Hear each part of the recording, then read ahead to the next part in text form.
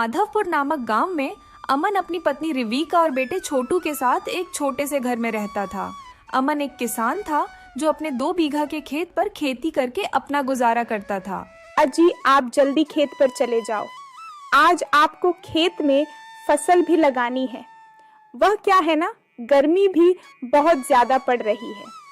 आप ज्यादा दोपहरी में काम करोगे तो बीमार पड़ जाओगे। अगर आप जल्दी काम पर जाओगे तो घर भी जल्दी लौट आओगे। हाँ रिविका, तुम बिल्कुल ठीक कह रही हो। आजकल गर्मी इतनी ज्यादा पड़ रही है कि धूप में काम करना मुश्किल हो जाता है। दोपहरी में काम करके ऐसा लगता है कि शरीर में जान ही ना हो, और अभी तक बारिश भी नहीं आई। मैं फसल को पानी कहाँ से लगाऊंगा? इस तरह तो हमारी सारी फसल खराब हो जाएगी। इतना कहकर अमन घर से खेत के लिए निकल जाता है। रास्ते में अमन को उसका मित्र सुनील मिलता है। अरे अमन भाई, क्या हुआ? आजकल तू दिखाई भी नहीं देता। क्या हुआ? तू इतना परेशान क्यों लग रहा है? सुनील यार, तुझे तो पता ही है, अब की बार बारिश नहीं हुई, जिसकी वजह से फसल को पानी नहीं मिल रहा। सारी फसल दिन प्रतिदिन सूखती जा रही है। इसी बात को लेकर बहुत ही चिंता में हूँ। इस तरह तो मेरी सारी फसल खराब हो जाएगी। अगर मेरी सारी फसल खराब हो गई तो हमारा घर कैसे चलेगा? मेरे पास तो कुछ और काम भी नहीं है जिसे मैं करके अपना घर चला सकूं। भाई तू कह तो सही रहा है। अब की बार बारिश ना आने की वजह से खेतों की सिंचाई भी नहीं हो पाई, लेकिन हम इसमें कर भी कुछ नहीं सकते। भाई चल ठीक है। अमन भाई, तू खेत पहुंचकर काम शुरू कर। मैं थोड़ी देर में आता हूं। मुझे घर थोड़ा काम सा है, मैं उसे निपटा कर आता हूं। ठीक है, तू होकर आ, मैं खेत पहुंचता हूँ। 2 घंटे के अंदर अमन खेतों का सारा काम कर देता है। चलो, यह काम तो हो गया। अब खेतों में पानी डालना है। पानी वाला ही काम मुझे सबसे मुश्किल लग रहा है। एक काम करता हूँ, अपने खेत के आसपास कोई कुआं देखता हूँ। क्या पता हमारे खेत के आसपास कोई कुआं ही मिल जाए। अमन अपने खेत के आसपास कुआं तलाशने लगता है। कुछ देर बाद बीच जंगल में उसे एक कुआं दिखाई देता है। अरे हाँ, लगता है कि यह कुआं काफी वर्षों पुराना है। इसका पानी पीकर देखता हूँ। जैसे ही अमन कुएं पर पानी पीने जाता है, वैसे ही पीछे से एक आदमी की आवाज आती है। अरे अरे ओ भाई, रुको। तुम इस कुएं का पानी नहीं पी सकते हो। यह मेरा कुआं है। तुम इस कुएं से किसे पहुंचकर पानी लेने चले हो? अच्छा सेठ जी, यह कुआं आपका है, पर सेठ जी मुझे थोड़ा नहीं बहुत पानी चाहिए, क्योंकि मुझे अपने खेतों में पानी लगाना है। क्या मैं आपके कुएं से पानी ले सकता हूँ? अरे अरे, मैं तुम्हें पानी क्यों दूं? पानी क्या फ्री बट रहा है तुम्हें? चाहे जो भी करना हो, मैं पानी नहीं दूंगा। अगर तुम्हें पानी चाहिए तो तुम इस कुएं को ही खरीद लो। अरे भाई, लेकिन मैं इस कुएं का क्या करूंगा? मुझे तो बस एक दिन के लिए ही कुआं चाहिए। तुम मुझे अपने कुएं को किराए पर दे दो। मैं तुम्हें पूरे पैसे दे दूंगा, जितने भी आपके बनेंगे। अरे नहीं, मैं कुआं ऐसे किराए पर नहीं दूंगा। अगर तुम्हें लेना है तो तुम इसे खरीद लो। यह सही रहेगा। मैं इस कुएं को खरीद लेता हूं। पानी ले जाने में आसानी हो जाएगी। वैसे भी यह कुआं मेरे खेत के बहुत करीब है। अगर मैंने इस कुएं को खरीद लिया तो मुझे बारिश का भी इंतजार नहीं करना होगा। वैसे भी बारिश कभी भी टाइम पर नहीं आती, जिसकी वजह से मेरी सारी फसल खराब हो जाती है। सेठ जी, वैसे इस कुएं की कीमत क्या है? तुम मुझे अच्छे आदमी दिखते हो, इसीलिए यह कुआं मैं तुम्हें सिर्फ 5,000 में ही दे दूंगा। अरे सेठ जी, 5,000 का कुआं? लेकिन इतने पैसे तो मेरे पास नहीं है। 4,000 दे सकता हूं मैं इस कुएं के, क्योंकि मेरे पास इतने पैसे नहीं हैं। मुझे यह पैसे भी उधार लेने होंगे किसी से। अच्छा ठीक है, मगर कब दोगे पैसे? सेठ जी, मुझे 3 दिन का समय दो। मैं तीसरे दिन तुमसे यह कुआं खरीद लूंगा, ठीक है? फिर अमन अपने घर चला जाता है और अपनी पत्नी से सारी बातें बता देता है। अजी, क्या 4,000 का कुआं, इतना महंगा कुआं? इतने में तो आप कोई व्यापार कर सकते हो। और तुम पैसे कहाँ से लाओगे? हमारे पास तो इतने पैसे भी नहीं है। अरे रिविका, मुझे कुछ काम भी नहीं आता सिवाय खेती के। अब हम अपने खेत को भी तो यूं ही नहीं छोड़ सकते। कुआं खरीदने के बाद कम से कम हमें बारिश पर निर्भर भी नहीं रहना होगा, जिससे हम अपनी फसल को अच्छी तरह से पानी लगा सकते हैं। और रही पैसे की बात, मैं अपने दोस्त सुनील से जाकर कुछ पैसे उधार ले जाऊंगा।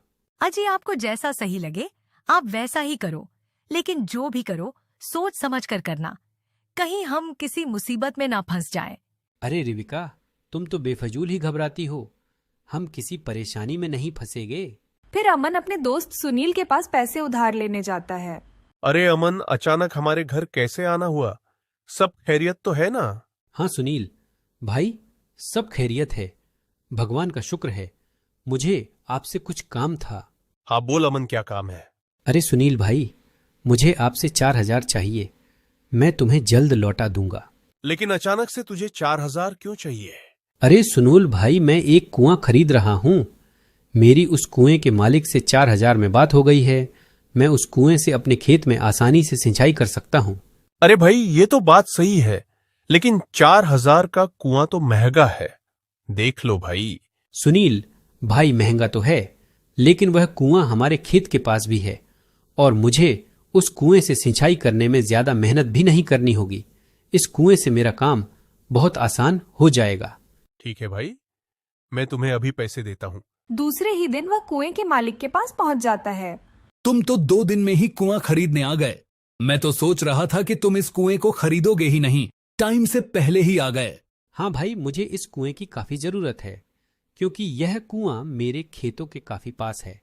इसलिए यह कुआं जल्दी से जल्दी ही मुझे चाहिए। अमन कुएं के मालिक को पैसे दे देता है। जैसे ही अमन पानी भरने की कोशिश करता है। अरे भाई, ये क्या कर रहे हो? तुम पानी नहीं ले सकते। लेकिन क्यों? मैंने तो कुआं तुमसे बिल्कुल अभी खरीदा है।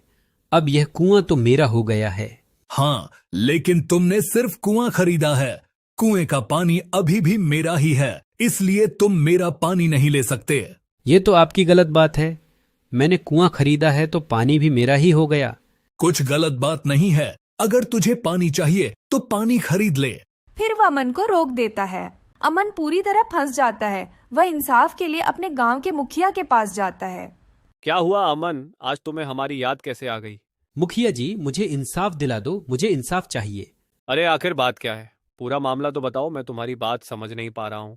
मुखिया जी, मैं बताता हूँ मुखिया जी। अमन ने मुझसे कुआं ही खरीदा है। यह मेरा पानी क्यों ले रहा है? इसका तो बस कुआं ही है, पानी तो अभी भी मेरा ही है। यह मेरी बात मान ही नहीं रहा है।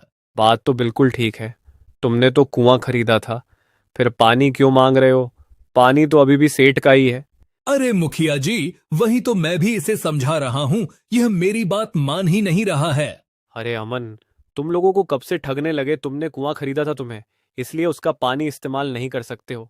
मुखिया भी अमन की मदद नहीं करता। वह उदास होकर अपने दोस्त के पास पहुंचता है और सुनील को सारी बात बता देता है। ये बात तो बहुत गलत है। वो उस सेठ ने तुम्हें ठग लिया है। भाई, अब मैं क्या करूं? अब बस तुम ही मेरी मदद कर सकते हो। ठीक है भाई, हम कल मुखिया जी के पास चलेंगे। तुम उदास मत हो, सब ठीक हो जाएगा। तू चिंता मत कर। ऐसे लोग को कैसे सबक सिखाया जाता है, मैं अच्छी तरह जानता हूँ। अगले दिन अमन और सुनील मुखिया के घर पहुंचते हैं। मैंने अपना फैसला सुना दिया है, अब फिर से यहाँ क्यों आए हो? अरे रुकिए मुखिया जी, मैं भी कुछ कहना चाहता हूँ। ठीक है, तुम भी अपनी बात रख सकते हो। सेठ जी, तुम्हारे कहने का मतलब है कि अमन ने सिर्फ कुआं खरीदा है, उसका पानी नहीं? हाँ, यही बात है। इसने सिर्फ कुआं खरीदा है, पानी अभी भी मेरा है। तो इसका मतलब कुएं का मालिक अमन है और पानी का मालिक तुम हो, यही बात है ना? हाँ भाई, तो तुम मुझे ये बताओ कि अमन के कुएं में तुम्हारा पानी क्या कर रहा है?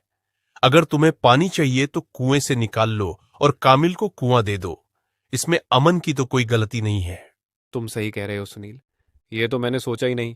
मैंने अमन को बिना सोचे समझे गलत साबित कर दिया।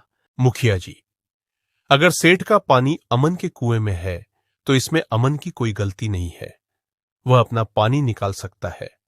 वो उसकी गलती है कि अमन के कुएं में उसका पानी है। हाँ किशोर, एक काम करो, तुम जल्द अमन के कुएं से पानी निकाल लो। अब किशोर सेठ अपने ही जाल में फंस गया। हाँ, मुझे मेरा कुआं चाहिए। पानी तुम ही रख लो। किशोर को अपनी हार माननी पड़ती है और अमन को कुआं और कुएं का पानी देना पड़ता है। और अमन कुआं और कुएं का पानी लेकर बहुत खुश होता है।